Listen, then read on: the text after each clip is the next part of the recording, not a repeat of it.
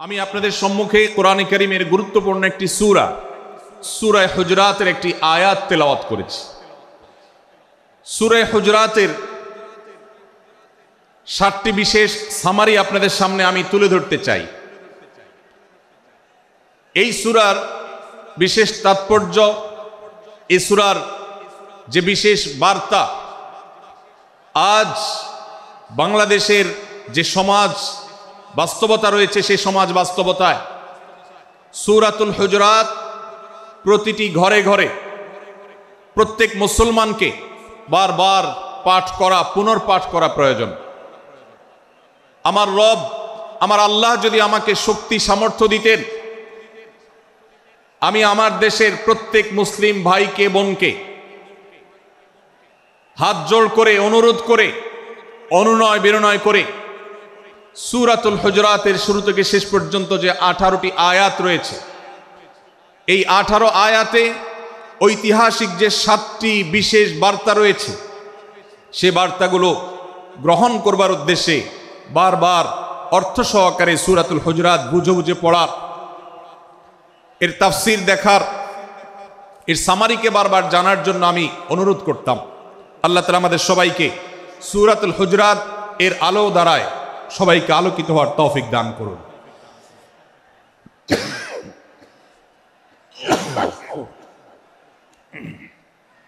সম্মানিত উপস্থিতি,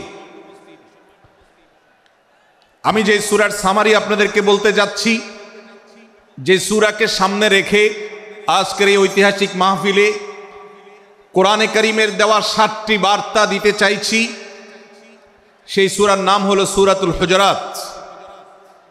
এই সূরা কোরআনে কারীমের 26তম পারায় অবস্থিত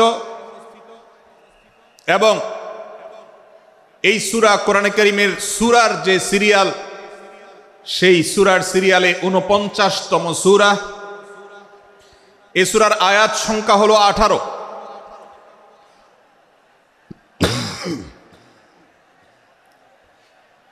এই সূরার প্রথম থেকে 5ম আয়াত পর্যন্ত, প্রথম এই 5টি আয়াতে আল্লাহ রাব্বুল আলামিন তার প্রিয় নবী মুহাম্মদ মুস্তাফা সাল্লাল্লাহু আলাইহি ওয়াসাল্লাম, সবাই দুরূদ পড়ি, সাল্লাল্লাহু আলাইহি ওয়াসাল্লাম, প্রিয় নবীজির নাম শুনলে দুরূদ পাঠ করতে হয়, তার জন্য দোয়া করতে হয়। কারণ আল্লাহর হাবিব সাল্লাল্লাহু আলাইহি ওয়াসাল্লাম তার সমগ্র জীবনকে যে কষ্টের মধ্যে পার করেছেন, তার সমগ্র জীবনকে উৎসর্গ করেছেন, তা আপনার আমার হেদায়েতের জন্য, গোটা বিশ্ব মানবতার মুক্তির প্রয়োজনে। যিনি তার জীবনকে, যৌবনকে শেষ করে দিয়েছেন, তার সমগ্র জীবনে কখনো ভোগ উপভোগ এটিকে কখনো তিনি প্রশ্রয় দেননি, প্রাধান্য দেননি।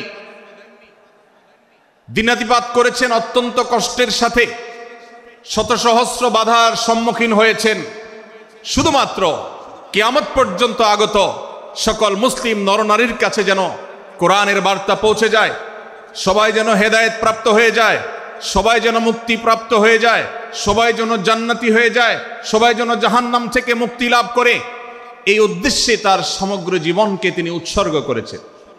আমাদের হেদায়েতের জন্য, আমাদের কল্যাণের পথে আহ্বানের জন্য, আমাদের জান্নাতে নেওয়ার জন্য, যার সমগ্র জীবনে কখনো ভোগ উপভোগকে প্রশ্রয় দেননি, কষ্টে নিপতিত হয়েছেন, তিনি চাইলে মক্কার রাজত্ব করতে পারতেন, তিনি চাইলে মক্কার সবচেয়ে ভোগী মানুষ হতে পারতেন, কিন্তু সেটা না করে তিনি যে ত্যাগের দৃষ্টান্ত স্থাপন করেছেন, প্রিয় নবী মুহাম্মদ সাল্লাল্লাহু আলাইহি সাল্লামের সেই অবদানের স্বীকৃতি স্বরূপ আমরা তার নাম যখনই শুনব সাল্লাল্লাহু আলাইহি সাল্লাম বলে তার প্রতি আল্লাহর রহমত যেন, অনুগ্রহ যেন নাজিল হয়, সেজন্য দোয়া করব। আল্লাহ তাআলা তার হাবিবকে রহমত এমনিতেই দান করবেন, আপনি আর আমি তার জন্য রহমতের দোয়া করার মধ্য দিয়ে আমরা সৌভাগ্যবান মানুষের কাতারে শামিল হতে পারবো। তো আমি যেটি বলছিলাম, সূরাতুল হুজরাতের 1 থেকে 5 নম্বর আয়াত পর্যন্ত এই 5টি আয়াতে আল্লাহ রাব্বুল আলামিন প্রিয় নবী সাল্লাল্লাহু আলাইহি সাল্লামের সাথে আদব এবং শিষ্টাচারের শিক্ষা দিয়েছেন মানব জাতিকে। এবং আল্লাহ রাব্বুল আলামিন ইমানদারদেরকে পরম মায়ার সাথে ডেকে, ইয়া আইয়ুহাল্লাযীনা আমানু, হে ইমানদারগণ, এই ডাকে আল্লাহ তাআলা ডেকে বলেছেন, লা তুকাদ্দিমু বাইনা ইয়াদাইল্লাহি ওয়া রাসূলিহি, তোমরা আল্লাহ এবং তার রাসূলের সামনে আগ বেড়ে কোনো কথা বলবে না, আগ বেড়ে কোনো কাজ করবে না।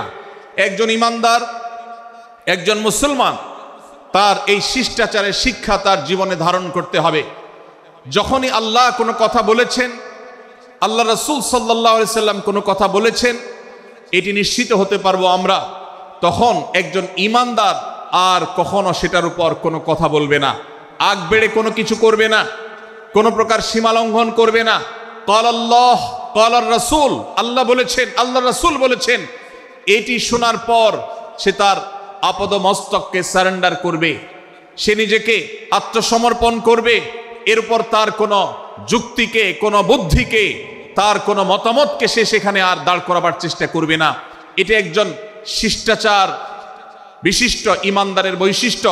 কোরআন এই শিক্ষা আমাদেরকে দিয়েছে। ভাইরা আমার, এই শিক্ষাকে ধারণ করে আমরা যারা নিজেদেরকে মুসলমান দাবি করছি, আমাদের সম্মানীয় যারা আছেন, আল্লাহকে যেরকম আমরা সম্মান করি, আল্লাহ রাসূলকে যেরকম সম্মান করি, ঠিক একইভাবে আমাদেরকে যে সমস্ত মানুষগুলোকে সম্মান করার নির্দেশ করা হয়েছে, ওলামা একরাম রয়েছেন, আমাদের বাবা মা, বয়সে বড়, শিক্ষিত, এবং যারা আমাদের শিক্ষক বৃন্দ আছেন, এভাবে যারা আমাদের সম্মানের পাত্র আছেন, সে মানুষগুলোর সামনে আগ বেড়ে যেন কোনো কিছু না করি। সে আগ বাড়াটা কথার ক্ষেত্রে হতে পারে, চলার ক্ষেত্রে হতে পারে, আচরণের ক্ষেত্রে হতে পারে। এই শিষ্টাচারের শিক্ষা সূরা হুজরাতের প্রথম আয়াতে আমাদেরকে দেয়া হয়েছে। প্রিয় ভাইরা আমার, আমাদের সমাজে আজ যে সমস্ত ভালো গুণের দুর্ভিক্ষ চলছে, ক্রাইসিস চলছে, অভাব চলছে, এর মধ্যে অন্যতম হলো আজ শিষ্টাচারের অভাব। আমাদের সমাজের চতুর্দিকে আপনি দেখতে পাবেন পরিলক্ষিত হচ্ছে। আমাদের শিশু থেকে নিয়ে কিশোর, যুবক থেকে নিয়ে মধ্যবয়স্ক, সকল শ্রেণী মানুষের মধ্যে আজ আদব এবং শিষ্টাচারের ভয়াবহ অভাব আমরা দেখতে পাচ্ছি। বিশেষ করে পশ্চিমা সংস্কৃতিকে আমাদের এই স্বদেশে, আমাদের এই মুসলমানদের সমাজে জোর করে পুশ করাবার, সে সমস্ত এজেন্ডাকে বাস্তবায়ন করবার যে প্রচেষ্টা এদেশের এক শ্রেণীর মানুষকে করতে দেখা যায়, তারা এদেশের সমাজের খাঁজে বাজে থাকা ইসলামের কৃষ্টি, কালচার এবং সংস্কৃতিগুলোকে ধুয়ে মুছে পরিষ্কার করবার জন্য শত সহস্র উদ্যোগ নিয়েছে। আমাদেরকে কোরআনের শিক্ষা ধারণ করে, কোরআনের শিক্ষাকে প্রচার করে, কোরআনের শিক্ষাকে প্রতিষ্ঠিত করে ব্যক্তির মধ্যে, ঘরে, পরিবারে, সমাজে, রাষ্ট্রে, সংবিধানে, আইনে, সংসদে, সর্বত্র কোরআনের শিক্ষাকে বাস্তবায়ন করে সেই সমস্ত বিন্দেশী অপসংস্কৃতি চাপিয়ে দেওয়ার ষড়যন্ত্রকে মোকাবেলা করতে হবে ইনশাআল্লাহ। ভাইরা আমার, আর সেজন্য সূরা হুজরাতের এই শিষ্টাচারের শিক্ষা আমাদের জীবনে খুবই গুরুত্বপূর্ণ। আমরা যখনই কোনো সম্মানীয় ব্যক্তির কাছে আমরা থাকব, তাদের কথার উপরে কথা বলা, তাদের সাথে তর্ক করা, তাদের সামনে আগ বেড়ে কথা বলা, এমনকি তারা যখন চলবেন তাদের সামনে সামনে হাঁটা, এই সবগুলো কোরআনের এই শিষ্টাচারের যে শিক্ষা আছে এর পরিপন্থী। প্রিয় নবী সাল্লাল্লাহু আলাইহি সাল্লামের সময়কার একটি ঘটনা, এক ব্যক্তি তার বাবার সাথে হেঁটে যাচ্ছিলেন, বোঝা যাচ্ছিল না যে তাদের মধ্যে বাবাকে সন্তানকে। অনেক সময় বাপ সন্তানের বাহ্যিকভাবে দেখে বোঝা যায় না, এরকম কোনো কোনো ক্ষেত্রে হয়। জিজ্ঞেস করা হলো তাদেরকে, তোমাদের মধ্যে বাবাকে সন্তানকে? বলা হলো যে অমুক বাবা, অমুক সন্তান। তখন নির্দেশনা দেওয়া হলো যে সন্তান তার হাঁটা এবং চলার মধ্য দিয়ে এই বিনয়ের প্রকাশ ঘটাতে হবে, আনুগত্যের প্রকাশ ঘটাতে হবে, সম্মান এবং শ্রদ্ধার প্রদর্শন করতে হবে, যার মধ্য দিয়ে বোঝা যায় যে কে সন্তান আর কে বাবা। এর জন্য জিজ্ঞেস করতে না হয়। আজ আমাদের যারা তরুণ আছি, আমরা যুবক আছি, আমরা অনেকেই পশ্চিমা সংস্কৃতি দ্বারা প্রভাবিত হয়ে আমরা শিষ্টাচারের এই গণ্ডি এবং সীমানা পার হয়ে চলে গেছি। কোরআন আমাদেরকে শিষ্টাচারের শিক্ষা দিচ্ছে যে আমরা সিনিয়রদের সামনে বিনয়ের সাথে আচরণ করব, তাদের সামনে সামনে চলা থেকে বিরত থাকব, যথাসম্ভব তাদেরকে অনুসরণ করার চেষ্টা করব, তাদের সাথে কথা হবে, তাদের আগ বেড়ে কথা হবে না, তাদের কোনো জিজ্ঞাসা থাকলে সেটার উত্তর হবে বিনয়ের সাথে। এই শিষ্টাচারের শিক্ষা আমাদেরকে দেওয়া হয়েছে। এবং একইভাবে সূরা হুজরাতের প্রথম বার্তার মধ্যে নবী সাল্লাল্লাহু আলাইহি সাল্লামের সাথে আরেকটি শিষ্টাচার শেখানো হয়েছে, তা হলো আল্লাহ রাব্বুল আলামিন আমাদের কণ্ঠকে, আমাদের আওয়াজকে, আমাদের কথাকে নবী সাল্লাল্লাহু আলাইহি সাল্লামের কথার চাইতে যেন আগ বেড়ে না যায়, তার চাইতে যেন উঁচু কণ্ঠে আমরা কথা না বলি, তার চাইতে যেন উচ্চস্বরে কথা না বলি, সেই শিক্ষা দিয়েছেন, সেই শিষ্টাচারের শিক্ষা আমাদেরকে দেওয়া হয়েছে। ভাইরা আমার, প্রিয় নবী সাল্লাল্লাহু আলাইহি সাল্লামের সাহাবীরা নবী সাল্লাল্লাহু আলাইহি সাল্লামের প্রতি আদব এবং শিষ্টাচার এত বেশি প্রদর্শন করতেন যে নবী করিম সাল্লাল্লাহু আলাইহি সাল্লামের প্রতি এই শিষ্টাচারের কথা যখন বলা হয়, সাহাবীরা অনেকে নবী করিম সাল্লাল্লাহু আলাইহি সাল্লামের সাথে কথা বলতে রীতিমতো ইতস্তত বোধ করছিলেন যে কিভাবে কথা বলবো, না জানে জোরে হয়ে যায় এবং তাতে না জানে আমি বেয়াদবের কাতারে শামিল হয়ে যাই, শিষ্টাচার বহির্ভূত কাজ করে ফেলি। এবং আল্লাহ তাআলা যে সতর্কীকরণ করেছেন সূরা হুজুরাতের এই 1 থেকে 5 নম্বর আয়াতের মধ্যে, তার আওতায় আমি না জানে পড়ে যাই। তখন সাহাবায়ে কেরাম বিনয় এবং বিনম্রতা অবলম্বন করেছেন এবং তারা একরকম বিপাকে পড়ে গেছেন। এতটা তারা সভ্য ছিলেন, এতটা তারা নম্র ছিলেন, এতটা তারা বিনম্র আচরণ করতেন নবীজির সাথে। ভাইরা আমার, এই বিষয়টিও আমরা শুধুমাত্র আমাদের প্রিয় নবীজির জন্য নয়, এটি আমাদের মা বাবা, আমাদের সম্মানের পাত্র যারা আছেন, আমাদের বয়সে যারা সিনিয়র আছেন, তাদের সামনে কথা বলার সময় আমরা মেনটেন করে চলবো, অর্থাৎ আমরা উচ্চ কণ্ঠে তাদের সামনে কথা বলবো না। এই মাহফিলে এখনো শত শত হাজারো মানুষ হয়তো এমন আছেন যারা মায়ের সামনে, বাবার সামনে, বড় ভাইয়ের সামনে, শিক্ষকের সামনে, সিনিয়রদের সামনে, মুরব্বীদের সামনে, ওলামাদের সামনে উচ্চ কণ্ঠে কথা বলেন। প্রিয় ভাইরা আমার, আমরা মুসলমানদের সন্তান, আমরা মুহাম্মদ সাল্লাল্লাহু আলাইহি সাল্লামের উম্মত, আমরা আবু বকর, ওমর, ওসমান, আলী রাদিয়াল্লাহু আজমাইনের অনুসারী, আমরা কোরআনের অনুসারী। কোরআনের অনুসারী কখনো বেয়াদব হতে পারে? কোরআনের অনুসারী কখনো বেয়াদব হতে পারে? কোরআন যে শিষ্টাচারের শিক্ষা দিয়েছে, এই শিক্ষা আজ আমাদের মধ্যে ধারণ করতে হবে, আমাদের সন্তানদের শেখাতে হবে, আমাদের ঘরে ঘরে এই শিক্ষা চর্চা করতে হবে, আমাদের সমাজে এটিকে প্রতিষ্ঠিত করতে হবে।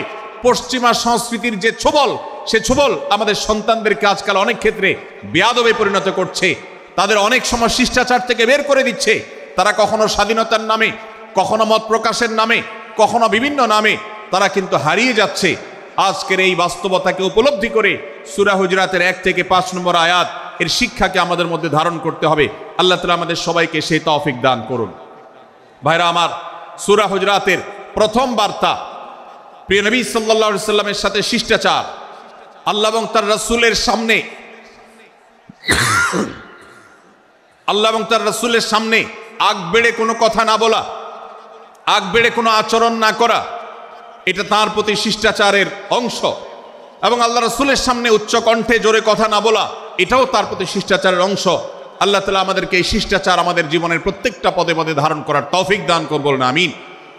ভাইরা আমার, সূরা হুজুরাতের দ্বিতীয় যে শিক্ষা, সেই শিক্ষাটা বর্ণিত হয়েছে এই সূরার 6 থেকে 8 নম্বর আয়াত। 6 থেকে 8 নম্বর এই আয়াতের মধ্যে আল্লাহ রাব্বুল আলামিন আমাদেরকে দ্বিতীয় শিক্ষা দিয়েছেন, ঈমানদার কখনো কোনো কথা বলার আগে সেই কথা সত্য কিনা, বাস্তব কিনা সেটি যাচাই বাছাই না করে বলবে না। ঈমানদার কখনো গুজবে কান দিবে না। ঈমানদার কখনো শোনা কথার উপরে ভিত্তি করে কোনো সিদ্ধান্ত গ্রহণ করবে না। এই শিক্ষাটাও আজকের বাস্তবতার আলোকে আমাদের সমাজের জন্য অত্যন্ত গুরুত্বপূর্ণ এবং প্রয়োজনীয়।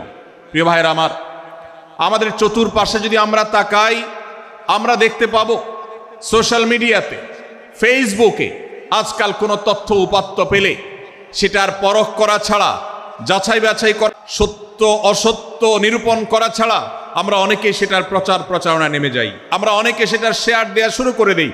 আমরা অনেকে এটার উপর ভিত্তি করে অনেককে নিন্দা মন্দ করা শুরু করে দেই।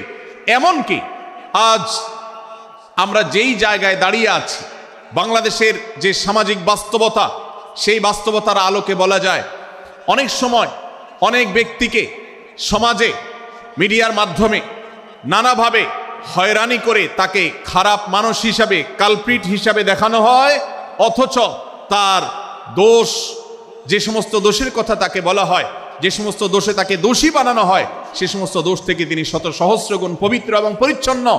ভাইরা আমার, আজকের এই বাস্তবতায় আমাদেরকে বিশেষ করে লক্ষ্য রাখতে হবে যে আমরা যেই কোনো মূল্যে, যেই কোনোভাবে যেন কোনো প্রকার গুজবে কান না দেই, আমরা যেন গুজব থেকে বেঁচে থাকি। আল্লাহ তাআলা আমাদেরকে তৌফিক দান করুন।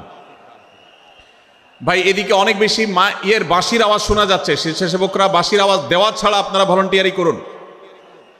এত বেশি বাঁশির আওয়াজ আসছে যে কথা বলা কঠিন হয়ে যাচ্ছে। অনুগ্রহ করে বাঁশির আওয়াজ কম করে আপনারা ভলান্টিয়ারি করুন। এখনো অনেক বাঁশির আওয়াজ শোনা যাচ্ছে, বাঁশির আওয়াজগুলো বন্ধ করুন। মাশাআল্লাহ, এখন বন্ধ হয়েছে। আমরা মেহেরবানি করে বাম পাশের থেকে কিছুটা আওয়াজ পাচ্ছি, একটু নীরব নিস্তব্ধ হওয়ার জন্য অনুরোধ করছি। একটু নীরব নিস্তব্ধ না হলে কথা বলা যাবে না। অনুগ্রহ করে আমরা একটু সহযোগিতা করি এবং সবাই নীরব থাকি।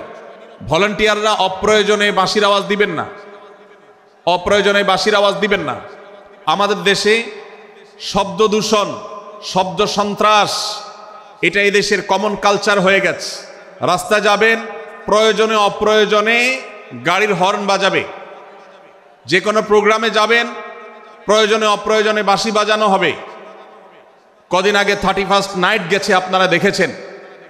এত প্রচার প্রচারণা, এত সতর্কীকরণের পরেও, আইন শৃঙ্খলা রক্ষাকারী বাহিনী এত সতর্ক থাকার পরেও আপনারা দেখেছেন এক শ্রেণীর বুদ্ধি প্রতিবন্ধীরা তারা 31st নাইট উদযাপনের নামে শব্দ সন্ত্রাস করেছে। শত শত হাজারো মানুষের কষ্টের কারণ হয়েছে। প্রিয় ভাইরা আমার, ধর্ম হোক আর রাজনীতি, বিনোদন হোক আর আনন্দ হোক, যেই কোনো নামে যদি শব্দ সন্ত্রাস সৃষ্টি করে বা অতিরিক্ত শব্দ দূষণ করে, শব্দ সৃষ্টি করে মানুষকে অতিষ্ঠ করার কারণ হয়, সেটা কোনো সভ্য সমাজের দৃশ্য হতে পারে না। আমরা সেই ইসলামের অনুসারী যে ইসলামে আমাদের প্রিয় নবী সাল্লাল্লাহু আলাইহি ওয়াসাল্লাম মসজিদে নববীতে তার একান্ত পরিবেশের মধ্যে এক সাহাবী জোরে কোরআন তেলাওয়াত করছিলেন। তিনি তাকে বলছিলেন, তুমি কোনো বধির রবকে শোনাচ্ছ না, তোমার রব সবকিছু শুনতে পান, অতএব তুমি তোমার এই উচ্চ কণ্ঠের তেলাওয়াত দিয়ে আশপাশে মানুষের ডিস্টার্বের কারণ হবে না। আমরা সেই ইসলামের অনুসারী, অতএব ওয়াজ মাহফিলের মাধ্যমেও যাতে কোনো মানুষ অতিষ্ঠ না হয়, মাইক ব্যবস্থাপনা সেভাবে করাটা মাহফিল কর্তৃপক্ষের যেমন কর্তব্য, ঠিক একইভাবে রাজনৈতিক সভা সমাবেশের নামে কিংবা বিয়ে বিনোদনের নামে যদি শব্দ সন্ত্রাস করা হয়, শব্দ দূষণ করা হয়, অতিরিক্ত শব্দ এর মাধ্যমে যদি মানুষকে অতিষ্ঠ করা হয়, তাহলে সেটি কখনো কোনো সভ্য সমাজের কাজ হতে পারে না। প্রিয় ভাইরা, এই জন্য আপনারা যারা তরুণ আছেন বয়সে, আপনাদেরকে আমি অনুরোধ করতে চাই, বিবাহ অনুষ্ঠানকে কেন্দ্র করে, আকিকাকে কেন্দ্র করে, নানা অনুষ্ঠানকে কেন্দ্র করে যে শব্দ সন্ত্রাস আমাদের দেশে হয়, এটি আমাদেরকে থামাতে হবে ইনশাআল্লাহ। আমরা যদি সবাই সজাগ হয়ে যাই, আমরা যদি সবাই সতর্ক হই, সচেতন হই, ইনশাআল্লাহ এই যে শব্দ দিয়ে মানুষকে কষ্ট দেওয়ার অপসংস্কৃতি, বিশেষ করে ভিনদেশি যে অপসংস্কৃতি আমদানি করা হয়েছে, এই অত্যাচার এদেশে থামাতে হবে ইনশাআল্লাহ। আল্লাহ আমাদের সবাইকে তৌফিক দান করুন। ভাইরা আমার, আমরা আমাদের আশেপাশে কোনো তরুণরা যদি এরকম শব্দ করে, গান বাজিয়ে অন্য মানুষকে অতিষ্ঠ করে, ঈদের সময় দেখা যায় বিশেষ করে সে সমস্ত যুবকদেরকে কাউন্সিলিং করতে হবে, তাদেরকে বোঝাতে হবে যে তোমার আনন্দ কখনো আরেকজনের বেদনার কারণ হতে পারে না। বহু হার্টের রোগী আছেন, বহু অসুস্থ মানুষ আছেন, বহু ছোট শিশু আছে যাদের কষ্টের কারণ হয়। বিধায় আমরা কখনো আমাদের শব্দ দিয়ে কাউকে কষ্ট হতে দিব না। আল্লাহ আমাদের সবাইকে তৌফিক দান করুন। মাশাআল্লাহ, অনেকটা নীরব নিস্তব্ধ হয়েছে। আমি যে জায়গাটা ছিলাম আবার সেখানে ফিরে যাই। সূরা হুজরাতের দ্বিতীয় শিক্ষার কথা বলছিলাম ভাইরা। 6 থেকে 8 নম্বর আয়াত যদি আপনি পাঠ করেন সূরা হুজরাতের, আপনি দেখতে পাবেন সেখানে আল্লাহ রাব্বুল আলামিন ঈমানদারদেরকে যেই কোনো সংবাদ, যে কোনো তথ্য, বিশেষ করে অনির্ভরযোগ্য সূত্র থেকে যখন পাবে, ফাসিক থেকে যখন শুনবে, যার ভিতরে আল্লাহর ভয় নাই সেরকম মানুষ থেকে যখন পাবে, সেই সংবাদ তথ্য উপাত্ত যাচাই করা ছাড়া সেই সংবাদ যেন বলে না বেড়ায়। আপনি শহরে যান কিংবা গ্রামে, শিক্ষিত দেখুন কিংবা অশিক্ষিত, সর্বশ্রেণীর মানুষের মধ্যে আজ এই ব্যাধি দেখতে পাবেন চরম আকার ধারণ করেছে। কারোর ব্যাপারে কোনো নেগেটিভ কথা শুনেছেন, কোনো মন্দ কথা শুনেছেন, সে কথার প্রচার প্রচারণা শুরু করে দেন। সেটা কি সঠিক কিনা, সেটা কি সত্য কিনা, সেটা কি যথার্থ কিনা, সেটা কোনো প্রপাগান্ডা কিনা, সেটা কোনো মিথ্যাচার কিনা, সেটা কোনো গুজব কিনা, এটা যাচাই করার প্রয়োজন অনুভব করে না। অথচ আমরা সেই মুহাম্মদ সাল্লাল্লাহু আলাইহি সাল্লামের উম্মত, যে মুহাম্মদ সাল্লাল্লাহু আলাইহি সাল্লাম আমাদেরকে সতর্ক করেছেন, কাফা বিল মারই কাযিবান আন ইউহাদ্দিসা বিকুল্লি মা সামিআ, কোন ব্যক্তি যা শুনে সেটাই যদি বলে বেড়ায়, তথ্য উপাত্ত যাচাই না করে, সেটাকে ভালো করে যাচাই বাছাই না করে, সেটাকে অনুসন্ধান না করে, সত্য সত্য নিরূপণ করবার চেষ্টা না করে, তাহলে সে মিথ্যাবাদী হওয়ার জন্য যথেষ্ট। এজন্য আজকের এই মাহফিল থেকে আমরা অঙ্গীকার করে যাব, আজকের এই মাহফিল থেকে আমরা নিয়ত করে যাব, এই মজলিসে বসে এই মুহূর্তে নিজে নিজে সংকল্প করব, আমার জীবনে সোশ্যাল মিডিয়া কিংবা ফেসবুকে, ইউটিউবে অথবা অফলাইনে আমার বাস্তব জীবনে আমি কখনো কোনো মানুষ সম্পর্কে যে কোনো তথ্য উপাত্ত পেয়ে ভুল কোনো ধারণা, মন্দ কোনো ধারণা কারো প্রতি পোষণ করব না। কোনো তথ্য উপাত্ত যদি পাই, কোনো সংবাদ যদি পাই অনির্ভরযোগ্য সূত্রে, তাহলে সেক্ষেত্রে সেটা যাচাই বাছাই করা ছাড়া আমি সেটাকে বিশ্বাস করতে যাব না। এটাই হলো আমাদের ঈমানের দাবি। ভাইরা আমার, একজন ঈমানদার এতটা সরল হবে না যে যা শুনবে সে সেটাকে বিশ্বাস করে বসবে। একজন ঈমানদার এতটা বাস্তবতা থেকে দূরে থাকবে না যে তিনি তার পাওয়া কোনো সংবাদকে অনুসন্ধান করবে না। আল্লাহ তাআলা আমাদের সবাইকে সূরা হুজরাতের এই দ্বিতীয় শিক্ষাটাকে আমাদের জীবনে ভালো করে ধারণ করার তৌফিক দান করুন। আল্লাহ বলেছেন, ইয়া আইয়ুহাল্লাযীনা আমানু, হে ঈমানদারেরা, ইন জাআকুম ফাসিকুম বিনাবাইন ফাতাবায়ানু, তোমাদের কাছে কোনো ফাসিক, যার মধ্যে আল্লাহর ভয় নেই, এরকম কোনো মানুষ যদি কোনো সংবাদ উপস্থাপন করে, এমনকি গণমাধ্যমেও যদি কোনো সংবাদ প্রচারিত হয়, সংবাদদাতার মধ্যে যদি আল্লাহর ভয় না থাকে, সে যদি টাকার বিনিময়ে কারোর চরিত্র হনন করতে পারে, সে যদি অ্যাডভার্টাইজ পেয়ে কোনো কোম্পানির হয়ে দালালি করতে গিয়ে অন্য কারোর বিরুদ্ধে কোনো মিথ্যাচার করে, সে যদি বিদেশিদের এজেন্ডা বাস্তবায়ন করতে গিয়ে আলেম সমাজের চরিত্রকে কলঙ্কিত করে, কোনো ভালো মানুষকে দোষী হিসাবে সাব্যস্ত করে, তো আল্লাহ তাআলা আমাদেরকে সতর্ক করেছেন, ফাতাবায়ানু, সেই সংবাদ সত্য কিনা আমাদেরকে যাচাই করতে হবে। আন তুসিবু কওমান বিজাহালাহ ফাতুসবিহু আলা মা ফাআলতুম নাদিমিন। যদি আমরা যাচাই বাছাই না করে যা শুনি সেটাকে বিশ্বাস করতে থাকি, তাহলে আমরা এক সময় লজ্জিত হতে হবে, অনুতপ্ত হতে হবে আমাদের এই ভুল অবস্থানের কারণে। এজন্য ভাইরা, আজকের এই মাহফিল থেকে আমরা প্রতিশ্রুতি নিজের সঙ্গে নিজে দিয়ে যাব যে আমরা কখনো কোনো তথ্য উপাত্ত পেলে, কোনো সংবাদ পেলে, সেটাকে বিশেষ করে কারোর চরিত্র সম্পর্কিত যদি হয়, কারোর সম্পর্কে নেগেটিভ যদি হয়, তাহলে সেটাকে বিশ্বাস করবার আগে ভালো করে অনুসন্ধান করব। যতক্ষণ আমি নিশ্চিত না হব ততক্ষণ পর্যন্ত সেটার প্রচার করব না।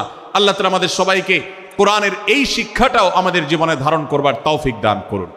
ভাইরা আমার, তৃতীয় যে শিক্ষা সূরা হুজরাতের, সেটি হলো আল্লাহ রাব্বুল আলামিন সূরা হুজরাতের 9 এবং 10 নম্বর আয়াতে ঈমানদারদের মধ্যে যদি কখনো মতভিন্নতা, মতপার্থক্য, যে এটা যদি মারামারিতে পরিণত হয়, ঈমানদারদের মধ্যে যদি কখনো দুই পক্ষ গন্ডগোল এবং ফাসাদের মধ্যে লিপ্ত হয়ে যাওয়ার মতো দৃশ্যের অবতারণা হয়, তাহলে আমরা যেন আমাদের মুসলমান ভাইদের ঘর পোড়ার মধ্যে আলু পোড়া দিতে না যাই। আমরা যেন আমাদের মুসলমান ভাইদের মধ্যকার বিভেদকে আরো বৃদ্ধি করতে সহায়তা না করি। আমরা যেন মীমাংসার পথ অবলম্বন করি। আমরা যেন তাদের মধ্যকার সম্পর্কের যে অবনতি হয়েছে সেটাকে দূর করবার চেষ্টা করি। আল্লাহ রাব্বুল আলামিন এই নির্দেশ দিতে গিয়ে বলেছেন, ওয়া ইন তাইফাতানি মিনাল মুমিনিনা ইকতাতালু, যদি ঈমানদারদের দুটি দল, দুটি গ্রুপ নিজেদের মধ্যে মারামারিতে লিপ্ত হয়ে যায়, ফাসলিহু বাইনাহুমা, তাহলে তোমরা সেই বিবাদমান দুটি দলকে মীমাংসা করবার চেষ্টা করবে। আজ আমাদের মধ্যে এরকম বহু বিষয়কে কেন্দ্র করে মুসলমানদের মধ্যে অনেক সময় মুখোমুখি অবস্থান আমরা দেখতে পাই, যা দুর্ভাগ্যজনক, যা হওয়ার কথা ছিল না। এমনকি জাগতিক বিষয়ে যেমন হয়, ধর্মের নামে, ইসলামের নামে আজ আমরা হাজার হাজার টুকরা হয়েছি। আজ গোটা বিশ্বে আমাদের মুসলমানদের যে অবস্থান দুর্বল হয়েছে, এর অন্যতম প্রধান কারণ হলো আমাদের অনৈক্য। আমরা যদি আজ আহলে কিবলা, আহলে সুন্নাহ ওয়াল জামাআতের অনুসারীরা নানান মত এবং পথের অনুসারী হওয়া সত্ত্বেও, নানান থট এবং পন্থার অনুসারী হওয়া সত্ত্বেও, আমরা যদি মৌলিক বিষয়গুলোর উপর সবাই ঐক্যবদ্ধ থাকতাম, আমরা যদি আল্লাহ তাআলার দেওয়া ইত্তিহাদ মাল ইখতিলাফ, বৈচিত্র্যময় ঐক্য, বিভিন্ন বিষয়ে মতভিন্ন থাকা সত্ত্বেও মৌলিক বিষয়ে ঐক্যমতে আমরা যদি থাকতে পারতাম, আমাদের মধ্যে যদি মুসলিম ভ্রাতৃত্ববোধ থাকতো, আমাদের মধ্যে যদি বলয় ভিত্তিক যে দেয়াল আর প্রাচীরগুলো আছে সেগুলো যদি না থাকতো, তাহলে আজ বাংলাদেশের বাস্তবতা হলো, বাংলাদেশে আল্লাহর কোরআন, আল্লাহ রাসূল সাল্লাল্লাহু আলাইহি সাল্লামের হাদিসের আলোকে বাংলাদেশ আজ অটোমেটিক পরিচালিত হতো, ঠিক কিনা বলেন? আমরা যদি আজ ঐক্যবদ্ধ থাকতাম, তাহলে এদেশের হাতে গোনা যাবে এরকম স্বল্প সংখ্যক নাস্তিকেরা, ইসলাম এবং মুসলমানদের শত্রুরা, তারা আমাদেরকে নিয়ে তারা আজ যে খেলা খেলছে, আমাদেরকে যে তারা শাসন করছে, আমাদেরকে যে তারা তাদের অধীনস্থ করে রাখছে, আমাদের উপরে যে আজ ভিনদেশি কালচার চাপিয়ে দিচ্ছে, আমাদের উপরে তারা যে আজ কর্তৃত্ব করছে, আমাদেরকে আজ টুকরা টুকরা করছে, এই দুঃসাহস তারা কোনোদিন দেখাতে পারতো না যদি আমরা ঐক্যবদ্ধ থাকতাম। ভাইরা আমার, এই জন্য আমরা সব বিষয়ে সবাই একমত হব না। আজকের এই মাহফিলে যত মানুষ এসেছেন সবাই সব বিষয়ে একমত নন। এমনকি আজকের এই মাহফিল কর্তৃপক্ষ যে আয়োজন করছেন 3 দিন ব্যাপী, এই মাহফিলে আপনারা দেখেছেন এখানে কওমি এবং আলিয়া উভয় জায়গা থেকে বক্তা নির্বাচন করা হয়েছে, অসাধারণ সমন্বয় করা হয়েছে। এটি একটি ঐক্যের বার্তা। আমরা আশা করব মাঠ পর্যায়ে আমরা যারা কাজ করব, আমরা প্রত্যেকে আমাদের অন্য মতের, ভিন্ন মতের যে সমস্ত মুসলমান ভাইরা আছেন, তার সাথে আপনার কোনো থটগত মত পার্থক্য থাকতে পারে, চিন্তাগত কোনো ভিন্ন মত থাকতে পারে, কিন্তু দিন শেষে তিনি আপনার মুসলমান ভাই। তার আল্লাহ আর আপনার আল্লাহ এক, তার রাসূল এবং আপনার রাসূল এক, তার কেবলা এবং আপনার কেবলা এক, তার কোরআন আর আপনার কোরআন এক, তার নামাজ আর আপনার নামাজ এক, তার রোজা আর আপনার রোজা এক, তার যাকাত এবং আপনার যাকাত এক, তার সাথে আপনার মোটা এবং মৌলিক বিষয়ে কোনো মত পার্থক্য নাই। অতএব ছোটখাটো বিষয়কে কেন্দ্র করে আপনি যদি তাকে আপনার প্রতিপক্ষ মনে করেন, আপনি যদি তাকে আপনার শত্রু মনে করেন, এটা হবে আপনার ইসলামের জন্য, আপনার জন্য, এদেশের মুসলমানদের জন্য সবচেয়ে বড় ভুল। ভাইরা আমার, হারদুই হজরত আশরাফ আলী থানভী রহমতুল্লাহ আলাইহির সর্বশেষ খলিফা আবরাল হক সাহেব রহমতুল্লাহ আলাইহি বলতেন, दीन के हर काम करने वालों को रफीक समझो फरीक न समझो। যারাই আল্লাহর দ্বীনকে বুলন্দ করবার জন্য, যারাই আল্লাহর দ্বীনকে সেবা দেওয়ার জন্য, খেদমত করার জন্য কাজ করছে, তার পদ্ধতি তোমার থেকে ভিন্নতর হতে পারে। তাকে তুমি তোমার বন্ধু মনে করো, সহযাত্রী মনে করো, পথযাত্রী মনে করো, সহযোদ্ধা মনে করো, তোমার প্রতিপক্ষ মনে করবে না। প্রিয় ভাইরা আমার, আজ বাংলাদেশে ইসলাম যতটা পিছিয়ে আছে তার প্রধান কারণ হলো আমাদের অনৈক্য। আজ আমরা যদি আমাদের মধ্যকার যে সমস্ত দেয়াল এবং প্রাচীরগুলো, অদৃশ্য প্রাচীরগুলো উঠে আছে, যেগুলো আমাদের মুসলিম ভ্রাতৃত্বকে ভেঙে খান খান করে দিয়েছে, টুকরো টুকরো করে দিয়েছে, যদি আজ আমরা সে সমস্ত অদৃশ্য প্রাচীরগুলো দূরে সরাতে পারতাম, আমার ভিন্ন মতের ভাইকে যদি আমার ভাই মনে করতে পারতাম, তার যদি আমি কল্যাণকামী হতে পারতাম, আল্লাহর কোরআনের ঘোষণা অনুযায়ী এই মুসলমানদের ঐক্যবদ্ধ শক্তিকে দমাবার শক্তি পৃথিবীর কারোর নাই, কারোর নাই, কারোর নাই। আজ আমার ভাইয়েরা ফিলিস্তিনে মার খাচ্ছে, যদি আজ গোটা বিশ্বের মুসলমানরা আমরা ফিলিস্তিনে মুসলমানদের উদ্ধারের ব্যাপারে ঐক্যবদ্ধ থাকতাম, ফিলিস্তিনে মুসলমানের দিকে চোখ তুলে তাকাবার শক্তি বিশ্বের কোনো কাফেরদের থাকতো না। আজ যদি আমরা আমাদের মুসলমান নির্যাতিত ভাইদের ব্যাপারে সারা বিশ্বের মুসলমানরা ঐক্যবদ্ধ অবস্থান গ্রহণ করতে পারতাম, মুসলমানের দিকে চোখ তুলে তাকাবার শক্তি বিশ্বের কোনো কারোর থাকতো না। ভাইরা আমার, গোটা বিশ্বে ঐক্য প্রতিষ্ঠা করা আপনার আমার মতো সাধারণ মানুষের দ্বারা হয়তো সম্ভবপর হবে না, কিন্তু আমরা যারা মাঠ পর্যায়ে কাজ করছি, আমি আপনাদেরকে করজোড় করে অনুরোধ করতে চাই। আমি জানি আপনার এলাকাতে, আপনার মহল্লাতে আপনার সাথে অন্য মুসলমান ভাইদের অনেক ক্ষেত্রে মতভিন্নতা আছে। সেটা রাজনৈতিক দৃষ্টিভঙ্গির ক্ষেত্রে হতে পারে, সেটা ধর্মীয় থট এবং মানহাজ, মাযহাব, মাসলাকগতভাবে হতে পারে, সেটা অন্য কোনো ইস্যুভিত্তিক মত পার্থক্য হতে পারে। আল্লাহর জন্য, আল্লাহর ওয়াস্তে, আল্লাহর ওই আয়াতকে মেনে আমল করার চেষ্টা করি আমরা। আল্লাহ বলেছেন, ওয়াতাসিমু বিহাবলিল্লাহি জামিআন ওয়া লা তাফাররাকু, তোমরা আল্লাহর রশিকে সবাই ঐক্যবদ্ধভাবে আঁকড়ে করে ধরো, ঐক্যবদ্ধভাবে আল্লাহর রশিকে আঁকড়ে ধরো, তোমরা পরস্পর বিচ্ছিন্ন হয়ে যেও না। আমরা অনেক ফরজের কথা শুনেছি, নামাজ রোজা ফরজ আমরা জানি, বাবা মার প্রতি সদ্ব্যবহার করার ফরজের কথা আমরা জানি, আত্মীয়তার সাথে সুসম্পর্ক আত্মীয়তার বন্ধন রক্ষার কথা আমরা জানি, ফরজ হওয়ার কথা জানি, কিন্তু মুসলমানদের ঐক্যবদ্ধ থাকতে হবে এই ফরজের কথা আমরা অনেকেই জানি না। ভাইরা আমার, মুসলমানদেরকে আল্লাহ রাব্বুল আলামিন ঐক্যবদ্ধ থাকার নির্দেশ দিয়েছেন। এই ঐক্যটা এর মানে এই নয় যে সবাই এক মতের হয়ে যাবে সব বিষয়ে। বিভিন্ন বিষয়ে আমাদের মধ্যে মতপার্থক্য থাকবে, তারপরে আমরা একে অন্যের সহযোদ্ধা হব, সহযাত্রী হব, আমরা একে অন্যের কল্যাণকামী হব, একে অন্যের ভালো চাইব। আমার ভিন্ন মতের মুসলমানের কোনো ক্ষতিতে আমি খুশি হব না, তার ক্ষতিতে আমি কষ্ট পাবো, তার সাফল্যকে আমি এনজয় করব, আনন্দিত হব। এটা যদি করতে না পারি তো আমি কখনো খালেস এবং সাচ্চা মুসলমান হতে পারলাম না।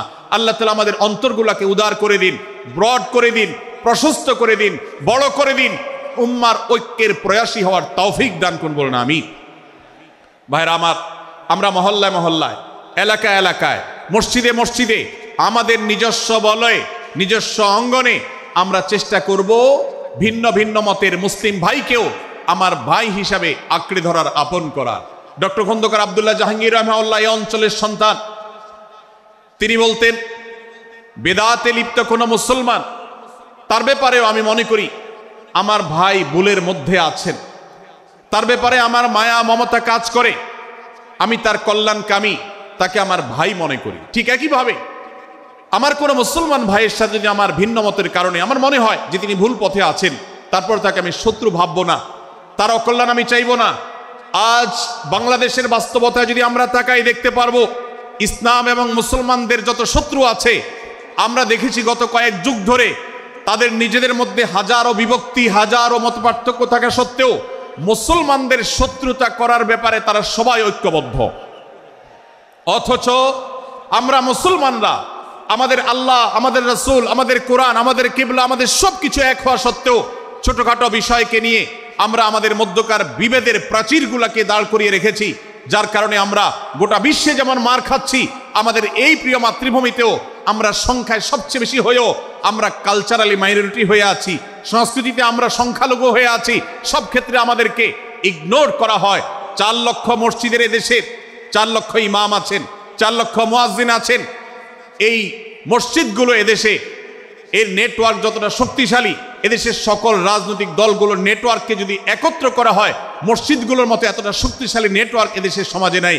কিন্তু ওলামা একরামকে ইগনোর করা হয়, মুসলমানদের ইগনোর করা হয়। এদেশের আইনে কোরআন এবং সুন্নাহ, এদেশের মুসলমানদের ধ্যান ধারণাকে কখনো বিবেচনায় আনা হয় না। এই যে মুসলমানদের আজ দুরবস্থা, এর অন্যতম প্রধান কারণ হলো আমাদের হাজার হাজার ভাগে বিভক্তি। এই বিভক্তির দেয়ালগুলোকে তুলতে হবে কি হবে না? যদি হয় তাহলে আপনি নিজে থেকে শুরু করে দিন। আপনি যেই মতই লালন করেন না কেন, আপনার ভিন্ন মতের মুসলমানকে আপনি ভাই মনে করবেন, তার সাথে বুক মিলাতে আপনার কষ্ট হবে না, তার সাথে বসতে আপনার অসুবিধা হবে না। ভিন্ন মতের আলেম, এক মতের আলেম আরেক মতের আলেমের সাথে বসতে অসুবিধা হবে না। এক মতের অনুসারী আরেক মতের অনুসারীকে ভাই বলতে অসুবিধা হবে না। আমরা সোশ্যাল মিডিয়াতে নিজেদের মধ্যে কামড়াকামড়ি করব না, নিজেদের মধ্যে আমরা ঝগড়া বিবাদ করব না। এবং যদি কেউ বিবাদে লিপ্ত হয়, সূরা হুজরাতের 9 এবং 10 নম্বর আয়াতের শিক্ষা বলছে, মুসলমানদের মধ্যে দুটি দল যদি মারামারিতে লিপ্ত হয়, তুমি সেখানে গিয়ে খোঁচাখুচি করে মারামারি বানানোর তো প্রশ্নই ওঠে না। বরং আল্লাহ বলছেন যে ফাসলিহু বাইনাহুমা, তাদের উভয়ের মধ্যে মীমাংসা করবার জন্য তুমি উদ্যোক্তা হও, তুমি উদ্যোগী হও। ভাইরা আমার, আমরা অনেকেই হয়তো জেনে থাকবো মিথ্যা এটা আল্লাহর জমিনের সবচেয়ে বড় জঘন্য অপরাধগুলোর মধ্যে থেকে একটি। একজন মুসলমান কোনো অবস্থাতে মিথ্যা বলতে পারে না, কিন্তু কোনো মুসলমান যদি অন্য মুসলমানের সাথে কখনো বিবাদ বিতণ্ডায় লিপ্ত হয়ে যায়, দুজন মুসলমান বা দুটি বলয়, দুটি পক্ষ, দুটি গোষ্ঠী মুসলমানদের, তাদের মধ্যে যদি কোনো বিষয় যদি ভুল বুঝাবুঝি তৈরি হয়, ভিন্ন মত সৃষ্টি হয়, একে অন্যের সাথে শত্রু ভাবাপন্ন হয়ে যায়, তাহলে তাদের দুইজনের মধ্যে বা দুই পক্ষের মধ্যে মীমাংসা করবার জন্য কেউ যদি মিথ্যা কথাও বলে, অর্থাৎ আপনি এক পক্ষের কাছে গিয়ে বললেন, ভাই আপনি যাকে এত খারাপ মনে করছেন, যার ব্যাপারে আপনি এতটা রাগান্বিত হয়ে আছেন, আমি তো জানি তিনি আপনার ব্যাপারে অনেক সফট চিন্তা রাখেন, আপনার ব্যাপারে অনেক ইতিবাচক ভাবনা রাখেন, আপনার ব্যাপারে অনেক সুধারণা পোষণ করেন। আপনি যদি একজন মুসলমানের কাছে গিয়ে, এক পক্ষের কাছে গিয়ে যদি এই কথাটা বলেন, বাস্তবে তিনি যদি এটা নাও বলেন, তারপরেও আপনি যদি এই মিথ্যা কথা বলেন, এই মিথ্যা এটা শুধু জায়েজ নয়, বরং এই মিথ্যাটা এর মাধ্যমে আপনি যে তাদের পরস্পরের সম্পর্ককে ভালো করার চেষ্টা করেছেন, এর মাধ্যমে আপনি আল্লাহর কাছে নেকি এবং সওয়াব পাবেন ইনশাআল্লাহ। ভাইরা আমার, তাহলে দুজন মুসলমান, দুটি পক্ষ, দুটি দল, দুটি বলয়, দুটি গোষ্ঠী যদি কখনো ভিন্ন মত তাদের মধ্যে তৈরি হয়, সেটা যদি মারামারিতে গিয়ে পৌঁছায়, সেটা যদি বিবাদ বিতণ্ডা পর্যন্ত গিয়ে পৌঁছায়, আমাদের কাজ হবে মধ্যে থেকে সেটাকে মীমাংসার মাধ্যমে দূরত্বকে কমানো। আমরা কখনো দূরত্ব বাড়াবো না, পারলে দূরত্ব কমাবো। ডক্টর খন্দকার আব্দুল্লাহ জাহাঙ্গীর রহমতুল্লাহ একটা কথা বলতেন, মুসলমানদের বাড়িতে যে আগুন লেগেছে, বিভেদের আগুন, মতবিরোধের আগুন, মত পার্থক্য, এটা মতবিরোধে যে পৌঁছে গেছে,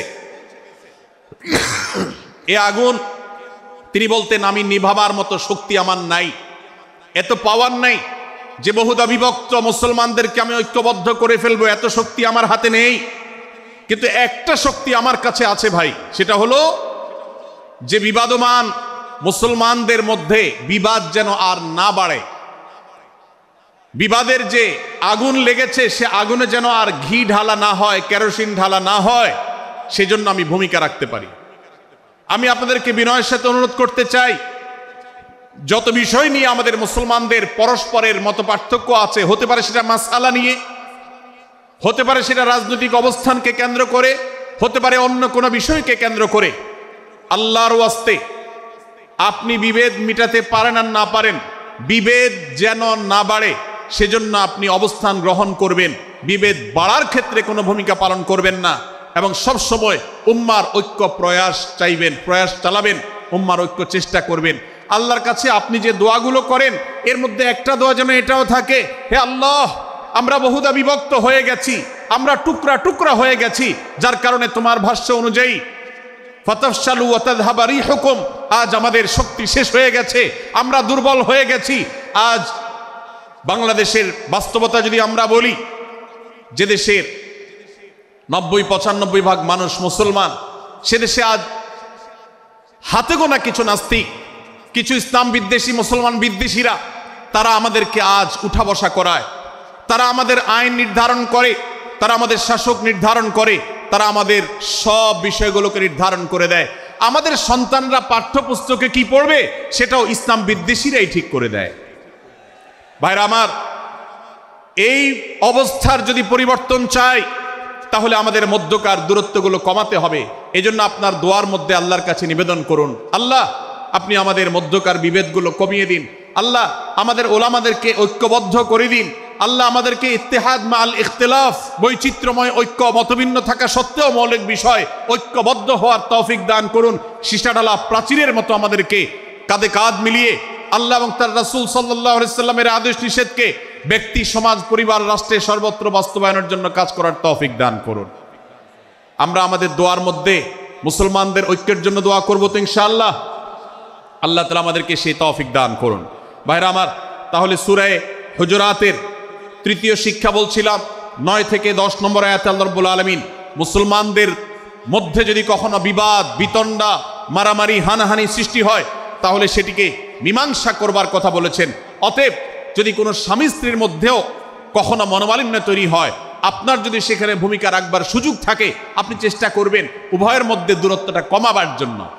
আমরা অনেকে আজকাল নামাজ কালাম পড়ি, রোজা রাখি, দাড়ি রাখি, অনেক ভালো ভালো কথা বলি, অথচ দুজনের মধ্যে গন্ডগোল লাগলে আমরা সেখানে এক পক্ষ হয়ে আরেক পক্ষকে আমরা খেপিয়ে তুলি। পারলে অনেকে চগলখড়ি করেন, প্রত্যেক পক্ষের কাছে গিয়ে অপর পক্ষের ব্যাপারে মিথ্যা কথা বলে তাদের মধ্যে ভেজালকে আরো বাড়িয়ে দেন। এই জন্য নবী সাল্লাল্লাহু আলাইহি সাল্লামের ঐতিহাসিক হাদিস রয়েছে, লা ইয়াদখুলুল জান্নাতা নাম্মাম, যে ব্যক্তি চগলখড়ি করে, দুজনের মধ্যকার গন্ডগোল ফাসাদ বৃদ্ধিতে যে ব্যক্তি ভূমিকা রাখে, ভেজাল লাগায়, এই চগলখোর কখনো জান্নাতে যাবে না। আমাদের অনেকেরই এই দুঃস্বভাব আছে, এই খারাপ চরিত্র আছে। সূরা হুজুরাত, এই জন্য আমাদের আজকের যে সমাজ বাস্তবতা আছে, আমাদের যে ব্যাধি আছে ব্যক্তিগত পর্যায়ে, আমাদের পরিবারের, সমাজের সর্বত্র যে ব্যাধিগুলো ছেয়ে গেছে, সূরা হুজুরাতের প্রতিটি আয়াত যেন সেই ব্যাধির সবচেয়ে বড় মহৌষধ, সেটার জন্য সবচেয়ে বড় প্রতিষেধক, সেটার জন্য সবচেয়ে বড় সমাধান। এই জন্য আমি বলেছি শুরুতে, আমার যদি আল্লাহ শক্তি সামর্থ্য দিতেন, প্রত্যেক মুসলমানের হাতে পায়ে ধরে সূরা হুজুরাতের 18টি আয়াত, প্রত্যেকটি আয়াত আমি আমার মুসলমান ভাইদেরকে বলতাম, বারবার পড়ুন, বারবার পাঠ করুন, বোঝার চেষ্টা করুন, জীবনকে পরিবর্তন করুন। এদেশে নামাজি মুসলমান আপনি কম বেশি পাবেন, এদেশে রোজাদার মুসলমান কম বেশি পাবেন, এদেশে হজ আদায়কারী মুসলমান কম বেশি পাবেন, এদেশে তাসবিরত মুসলমান কম বেশি পাবেন। কিন্তু এদেশে আচার আচরণ, কাজ কারবার, আখলাক এবং বান্দার হক এবং অধিকার, অন্যের অধিকার সংশ্লিষ্ট বিষয়ে সচেতন মুসলমান আপনি খুব বেশি পাবেন না। আর এই জন্যই আমাদের জান্নাতের পথে অনেক বড় অন্তরায় হয়ে আছে। আজ আমাদের চরিত্রগুলো নষ্ট হয়ে গেছে। আমরা নামে মুসলমান, আমরা চগলখড়ি করি, আমরা নামে মুসলমান, দুজনের মধ্যে গন্ডগোল সৃষ্টি করে দেই। গন্ডগোল আগে থেকে সৃষ্টি থাকলে সেটাকে বাড়াবার চেষ্টা করি। আমরা নামে মুসলমান, আমাদের শিষ্টাচার নাই, আদব নাই, লেহাজ নাই। এই জন্য সূরা হুজরাতের প্রতিটি আয়াত আমাদেরকে শিক্ষা দেয়। আল্লাহ তাআলা আমাদের সকলকে এই শিক্ষাগুলো আজকের এই মাহফিল থেকে আমাদের বুকের ভেতরে পরম যত্ন সহকারে নিয়ে যাওয়ার এবং আমাদের জীবনকে পরিবর্তন করার তৌফিক দান করুন। ভাইরা আমার, তৃতীয় এই শিক্ষাটি শেষ করে আমি বলতে চাচ্ছি, চতুর্থ আয়াতে আল্লাহ রাব্বুল আলামিন আমাদেরকে বলেছেন আমরা যেন কেউ কাউকে নিয়ে বিদ্রূপ না করি, ব্যঙ্গ না করি, কেউ কাউকে যেন বাজে নামে না ডাকি, কেউ যেন কাউকে খোঁচাখুচি না করি, কেউ যেন কাউর নাম বিকৃত করে তাকে না ডাকি। ভাইরা আমার, এই আয়াতটি আমি শুরুতে তেলাওয়াত করেছি। আল্লাহ বলেছেন ইয়া আইয়ুহাল্লাযীনা আমানু লা ইয়াসখার কওমুম মিন কওমিন আসা আন ইয়াকুনু খায়রাম মিনহুম। হে ঈমানদারেরা, হে মুসলমানেরা, তোমাদের কেউ যেন অন্য কারোর নাম ধরে অন্য কাউকে ব্যঙ্গ বিদ্রূপ ঠাট্টা না করে। আমরা একে অন্যকে নিয়ে ঠাট্টা করি কি করি না? বিদ্রূপ করার রোগ আমাদের মধ্যে আছে না নাই? ভাইরা আমার, জাগতিক বিষয় তো আছেই, এমনকি দুর্ভাগ্যজনক বাস্তবতা হলো ধর্মের নামে, ইসলামের নামে একদল মুসলমান অপর দল মুসলমানকে নিয়ে হাসি, ব্যঙ্গ, বিদ্রূপ, রাসাহাসি এবং নাম বিকৃত করা এবং খোঁচাখুচি করা, এই কাজগুলো আমাদের মধ্যে আছে না নাই? আমরা যারা ইসলামের খেদমত মনে করে আমার ভিন্ন মতের ভিন্ন দলের মুসলমানকে খোঁচাখুচি করি, আমরা যারা আল্লাহর খেদমত মনে করে, ইসলামের সেবা মনে করে, দাওয়াতের কাজ মনে করে, ইসলাম প্রচার মনে করে ভিন্ন মতের অন্য দলের মুসলমানকে নিয়ে ব্যঙ্গ বিদ্রূপ আর হাসাহাসি করি, সোশ্যাল মিডিয়াতে, অনলাইনে, অফলাইনে তুচ্ছ তাচ্ছিল্য করি, আল্লাহর শপথ করে বলছি এটা ইসলামের সেবা নয়, এটা হলো প্রবৃত্তির পূজা, এটা হলো আপনার নফসের পূজা, এটা হলো আপনার প্রবৃত্তির গোলামি করা, এটা আল্লাহর গোলামি নয়, এটা ইসলামের খেদমত নয়, এটা ইসলামের 12টা বাজানো। ভাইরা আমার, কোন অবস্থাতে একজন মুসলমান অন্য মুসলমানকে নিয়ে ব্যঙ্গ বিদ্রূপ করতে পারে না। আমার মুসলমান ভাই যদি কোনো ভুল কথা বলে, ভুল কাজ করে, আমি যথাযথ নিয়মে তাকে সংশোধনের চেষ্টা করব, সমালোচনা করার দরকার হলে সেটাও করব, কিন্তু হাসাহাসি নয়, বিদ্রূপ নয়, ব্যঙ্গ করা নয়। আজ আমাদের তরুণদের মধ্যে এটা একটা আর্টে পরিণত হয়েছে। আপনারা রোস্টিং ভিডিওর কথা কম বেশি সবাই জেনে থাকবেন। রোস্টিং ভিডিওর কথা আপনারা জানেন কি জানেন না? ভাইরা আমার, রোস্টিং ভিডিও নামটা দেখেন, অর্থাৎ কাউকে রোস্ট করা। আমরা মুরগি রোস্ট করার কথা জানি, এখন মানুষ রোস্ট করার সিস্টেম শুরু হয়েছে। একজন মানুষের কোনো ভুল কিছু পেয়েছেন, অবশ্যই আপনি সমালোচনা করবেন। আপনি একজন মুসলমান হিসেবে জানতে হবে কারোর ভুলের সমালোচনার মূলনীতি আছে, মূলনীতি আছে না নেই। কোরআন এবং সুন্নাহর বাতানো যে প্রিন্সিপাল, সেটাকে লক্ষ্য করে, সেটাকে আমলে নিয়ে, সেটাকে ধরে ধরে যদি আপনি সমালোচনা না করেন, তাহলে আপনার এই সমালোচনা এটাই আপনাকে জাহান্নামে নেওয়ার কারণ হতে পারে। ভাইরা আমার, আপনি কাউকে রোস্ট করার নামে, কাউকে সমালোচনা করার নামে, হতে পারে কেউ ভুল করেছেন, কিন্তু সেটা করতে গিয়ে যদি তার অধিকার নষ্ট করেন, আপনি সীমা ছাড়িয়ে চলে যান, আপনি যদি ব্যঙ্গ বিদ্রূপ করে হারামের পর্যায়ে চলে যান, তাহলে সূরা হুজরাতের আয়াতের আলোকে আপনি কবিরা গুনাহে লিপ্ত হলেন। আমরা অনেকে আছি যে ব্যক্তিগত পর্যায়ে এই বিদ্রূপ করাটাকে আমরা কোনো বিষয় মনে করছি না। সোশ্যাল মিডিয়াতে অনেকগুলো ভিডিও ক্লিপ আছে, আপনাদের চোখে নিশ্চয়ই পড়েছে, আমার চোখে বহু পড়েছে, যে অনেক সময় দেখা যায় বিনোদনের নামে কাউকে খোঁচাখুচি করা, কাউকে অপমান করা, কাউকে হয়তো ধাক্কা দিয়ে পানি দিয়ে ফেলে দেয়া, কাউকে কষ্ট দেয়া, কাউকে হয়তো প্রতারিত করা, এটাকে আমরা এনজয় করি। অনেক ভিডিও ক্লিপে দেখা যায় এভাবে কাউকে কোনোভাবে অপমানিত করে, কাউকে কোনোভাবে ধোকা দিয়ে বোকা বানিয়ে আমরা এনজয় করি, আমরা হাসাহাসি করি। আমাদের রুচি নষ্ট হতে হতে আজ এই পর্যায়ে এসেছে যে এটা আমাদের এনজয়ের বিষয় হয়েছে, এটা আমাদের আনন্দের বিষয় হয়েছে। ভাইরা আমার, সূরা হুজরাতের এই আয়াত অর্থাৎ 11 নম্বর আয়াত, এই আয়াত বলছে আমাদের জন্য কোন মুসলমানকে, কোন মানুষকে ব্যঙ্গ বিদ্রুপ করা হারাম। কোন মুসলমানকে ব্যঙ্গ বিদ্রুপ করা কি হারাম। অতএব আপনি রসিকতা করেও যদি কারোর সাথে ব্যঙ্গ বিদ্রুপ করেন এবং সেটা যদি তার মনে কষ্ট হওয়ার কারণ হয়, তিনি যদি সমাজের মানুষের কাছে হেয় প্রতিপন্ন হন, তাহলে ইসলামী শরিয়ার দৃষ্টিকোণ থেকে সারা বিশ্বের সমস্ত ওলামাদের ঐক্যমতে সেটা হারাম। আমরা চুরি করা হারাম জানি, আমরা ডাকাতি করা হারাম জানি, আমরা মাদক সেবন করা হারাম জানি, আমরা নামাজ ত্যাগ করা হারাম জানি। এই সমস্ত হারাম থেকে আমরা অনেকেই বেঁচে থাকি, কিন্তু আমি আমার মুসলমান ভাইয়ের চরিত্র হনন করছি, শুধুমাত্র সাধারণ জীবনযাত্রার ক্ষেত্রে করছি তা নয়, এমনকি ধর্মের নামে, ইসলাম প্রচারের নামে, দাওয়াতের নামে আমরা আমাদের প্রতিপক্ষ মুসলমান ভাইকে নিয়ে অনেক সময় ব্যঙ্গ বিদ্রুপ করি, হাসাহাসি করি, তাকে ছোট করি, তাচ্ছিল্য করি, হেয় করি, তার সম্মানহানি করি। আমরা জানি না আমাদের প্রিয় নবী সাল্লাল্লাহু আলাইহি ওয়াসাল্লাম এর একটা হাদিস আমাদের সামনে রয়েছে, সহিহ মুসলিমে বর্ণিত হয়েছে। নবী করিম সাল্লাল্লাহু আলাইহি ওয়াসাল্লামের এই হাদিস আজ সবচাইতে অসহায় হাদিস। অসহায় হাদিস এই জন্য বললাম যে আজকের এই হাদিসের উপরে কেউ আমল করে না, এই হাদিসটাকে কেউ পাত্তা দেয় না, এই হাদিসকে কেউ গুরুত্ব দেয় না, অথচ এই হাদিস প্রত্যেক মুসলমানের বুকে বুকে ঝুলিয়ে রাখা দরকার। এই হাদিস আমাদের ঘরে ঘরে ঝুলানো দরকার, এই হাদিস আমাদের অফিসগুলোতে শোভা পাওয়া দরকার, এই হাদিস আমাদের জীবনে বাস্তবায়ন হওয়া দরকার। নবী করিম সাল্লাল্লাহু আলাইহি ওয়াসাল্লাম সেই হাদিস বর্ণনা করেছেন। আবু হুরায়রা রাদিয়াল্লাহু তাআলা আনহু তিনি বলেছেন, লা তাহাসাদু, লা তাহাসাদু, হে মুসলমানরা তোমরা কেউ কাউকে কখনো হিংসা করবে না, কেউ কাউকে হিংসা করবে না। আমাদের মধ্যে হিংসা আছে না নাই? হিংসা আছে না নাই? আমরা একে অন্যকে হিংসা করি। একদল মুসলমান অন্য দল মুসলমানকে হিংসা করে, কেউ কারো ভালো দেখতে পারে না। ভাইরা আমার, আল্লাহ নবী বলেছেন লা তাহাসাদু, তোমরা একে অন্যকে হিংসা করো না। ওয়ালা তানাজাসু, কেনা বেচা করতে গিয়ে কেউ কাউকে ধোকা দিও না, প্রতারণা করো না। ওয়ালা তাবাগাদু, তোমরা একে অন্যের সাথে শত্রুতা বিদ্বেষ পোষণ করবে না। ওয়ালা তাদাবারু, তোমাদের কেউ যেন কারোর পেছনে লেগে না থাকে, কাউকে অবজ্ঞা যেন না করে। ওয়ালা ইয়াবি আহাদুকুম আলা বাই'i আখিহি, এবং তোমাদের কেউ যেন আরেকজনের কেনাবেচার উপরে সেখানে ইন্টারফেয়ার করে সে যেন সেখানে কোনো প্রকার ক্ষতিগ্রস্ত কাউকে না করে। ওয়াকুনু ইবাদাল্লাহি ইখওয়ানা, হে মুসলমানরা তোমরা আল্লাহর বান্দা ভাই ভাই হয়ে থাকো। তোমাদের মধ্যে মত পার্থক্য থাকুক, দলগত মত পার্থক্য, অবস্থানগত মত পার্থক্য, থটগত মত পার্থক্য, মাযহাব মাসলাবগত মত পার্থক্য থাকুক, কিন্তু তোমরা আল্লাহর বান্দা ভাই ভাই হয়ে থাকো। এক দলের মুসলমানকে আল্লাহ তাআলা ভাই ভাই হতে বলেন নাই, এক গ্রুপের মুসলমানকে আল্লাহ ভাই ভাই হতে বলেন নাই, এক বলয়ের মুসলমানকে আল্লাহ ভাই ভাই হতে বলেন নাই, নিজ দলের মুসলমানের সাথে আল্লাহ ভাই ভাই থাকতে বলেন নাই। আল্লাহ বলেছেন সকল মুসলমানদের সাথে ভাই ভাই হয়ে থাকার জন্য, ভ্রাতৃত্বের বন্ধনে থাকার জন্য। এজন্য আল্লাহ নবী সাল্লাল্লাহু আলাইহি ওয়াসাল্লাম সে নির্দেশ করেছেন।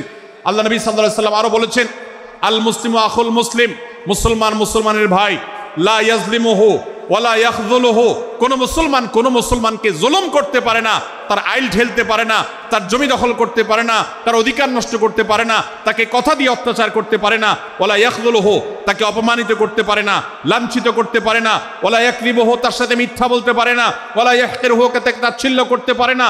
আত্তাকওয়া হাহুনা, আত্তাকওয়া হাহুনা, আত্তাকওয়া হাহুনা। নবীজি তিনবার নিজের বুকের দিকে তাকিয়ে দেখিয়েছেন, তাকওয়া এখানে, তাকওয়া এখানে, তাকওয়া এখানে।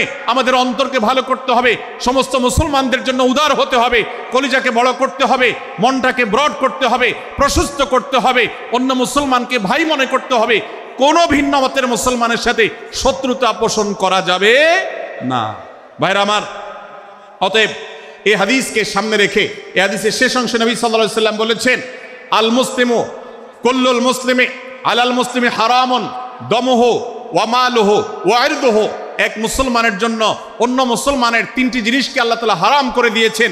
কোন মুসলমানের রক্ত এটা প্রবাহিত করা, কাউকে হত্যা করা যেরকম হারাম, কোন মুসলমানের সম্পদ অন্যায়ভাবে আপনি ভোগ করবেন, দখল করবেন, মেরে দিবেন, এটা হারাম। ঠিক একইভাবে কোন মুসলমানের সম্মান নষ্ট করবেন, ইজ্জত নষ্ট করবেন, সম্ভ্রম নষ্ট করবেন, অপমান করবেন, এটাকে আল্লাহ তাআলা হারাম করেছেন। আল্লাহ তাআলা আমাদের সবাইকে অন্য মুসলমানদের ব্যাপারে এরকম দায়িত্বশীল ভূমিকা রাখার তৌফিক দান করুন, বলুন আমিন। ভাইরা আমার, সূরা হুজরাতের 4 নম্বর আয়াতের এই শিক্ষাকে ধারণ করে আমরা কারোর প্রতি বিজ্ঞ ব্যঙ্গাত্মক আচরণ করব না। অনেক মুসলমান আছেন অন্য মুসলমানদের নাম ধরে ধরে বিদ্রুপ ব্যঙ্গ করেন, নাম বিকৃত করেন। অনেক সময় আমরা রসিকতা করেও আমাদের অনেকের নাম বিকৃত করি। আল্লাহ সুবহানাহু ওয়া তাআলা এটাকে হারাম করেছেন। এমনকি নবী সাল্লাল্লাহু আলাইহি ওয়াসাল্লাম বলেছেন, লা তাকুল লিকাসিরিন ইয়া কাসিরু, কোনো খাটো বা বেটে মানুষকে হে বেটে, হে খাটো এরকম বলে ডেকো না। নবী সাল্লাল্লাহু আলাইহি ওয়াসাল্লাম বলেছেন এভাবে ডাকলে তিনি অপমানিত হন, আল্লাহ তাকে এভাবে সৃষ্টি করেছেন। আমরা অনেক সময় দেখা যায় একে অন্যকে খোঁচা মারতে গিয়ে তার গায়ের রং কালো হলে, তিনি দেখতে আকারে ছোট হলে তাকে আমরা ব্যঙ্গ করি, বিদ্রুপ করি, তাকে আমরা তাচ্ছিল্য করি, তাকে আমরা অপমান করি, তাকে আমরা অপদস্থ করি। ভাইরা আমার, এটা আমাদের জন্য হারাম।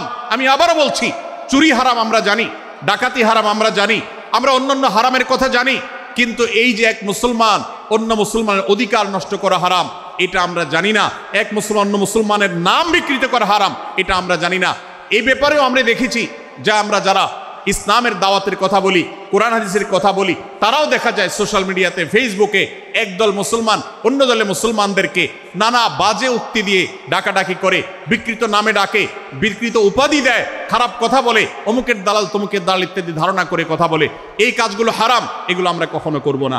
5 নম্বর যে শিক্ষা আছে সূরা হুজুরাতে, সেটা হলো 12 নম্বর আয়াতে আল্লাহ রাব্বুল আলামিন এখানে কুধারণা করাকে হারাম করেছেন, মন্দ ধারণা করতে আল্লাহ তাআলা নিষেধ করেছেন, এবং গীবত করতে, পেছনে লাগতে নিষেধ করেছেন। ভাইরা আমার, এই একটি আয়াত অর্থাৎ সূরা হুজুরাতের 12 নম্বর আয়াত, এই আয়াতটির শিক্ষা ধারণ করে যদি আমরা আমাদেরকে শুধরাতে পারি, সংশোধন করতে পারি, তাহলে ইসলামের মেইন যে কাজগুলো আছে, ঈমানকে বিশুদ্ধ করা এবং শিরক মুক্ত ঈমান আনা, 5 ওয়াক্ত নামাজ পড়ার পর, বান্দার হক আদায়ের পর, এই আয়াতটির পর আমল করলে আপনার জান্নাতে যাওয়ার সবচেয়ে বড় বাধা দূর হয়ে যাবে ইনশাআল্লাহ। ভাইরা আমার, যে আয়াতে আল্লাহ তাআলা আমাদেরকে কারো প্রতি মন্দ ধারণা করতে নিষেধ করেছেন, গীবত করতে নিষেধ করেছেন, কারো পেছনে লাগালাই করতে নিষেধ করেছেন, সেই আয়াতে আল্লাহ রাব্বুল আলামিন বলেছেন, ইয়া আইয়ুহাল্লাযীনা আমানু ইজতানিবু কাসীরাম মিনায-যন্ন, হে ঈমানদারেরা, হে মুসলমানরা, তোমরা কারোর প্রতি ধারণা, মন্দ ধারণা তোমরা করো না, এটা থেকে বিরত থাকো। অনেক ধারণা অর্থাৎ মন্দ ধারণা, এটা গুনাহ, এটা থেকে বিরত থাকো।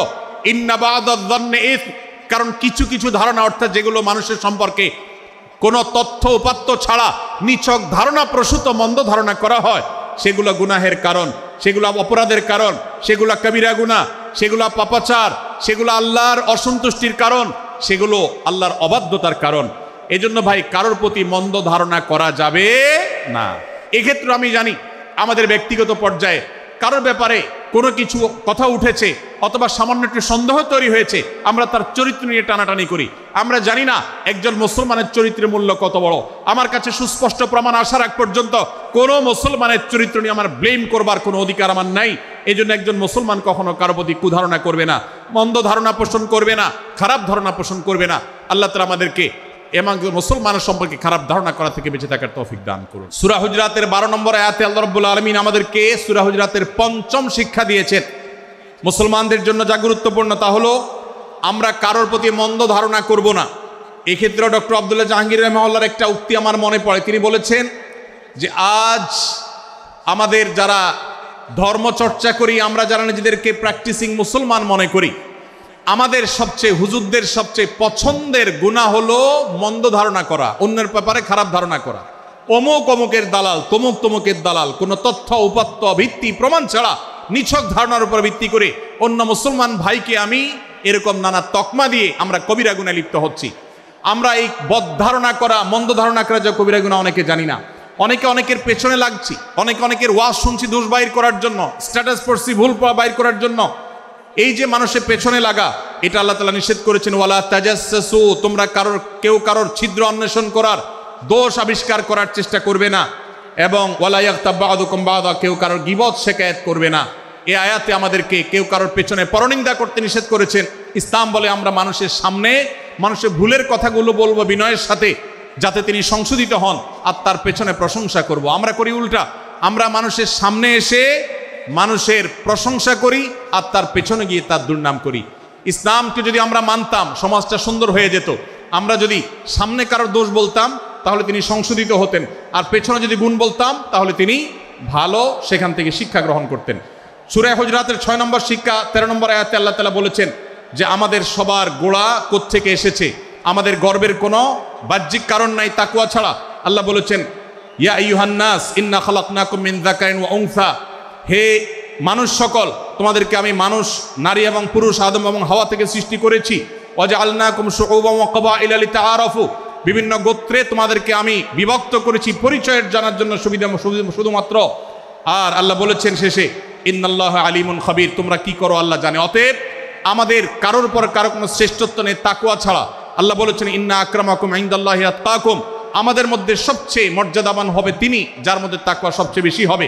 আমাদের কোনো বংশগত গৌরব, কোনো অঞ্চলগত গৌরব, অন্য কোনো গৌরব আমাদের থাকবে না, শুধু তাকওয়ার গৌরব আমাদের থাকতে পারে। সেটাও গর্ব, নিষিদ্ধ গর্ব বা অহংকারের মতো নয়, বরং সেটা আমাদের বিনয়ের জায়গা।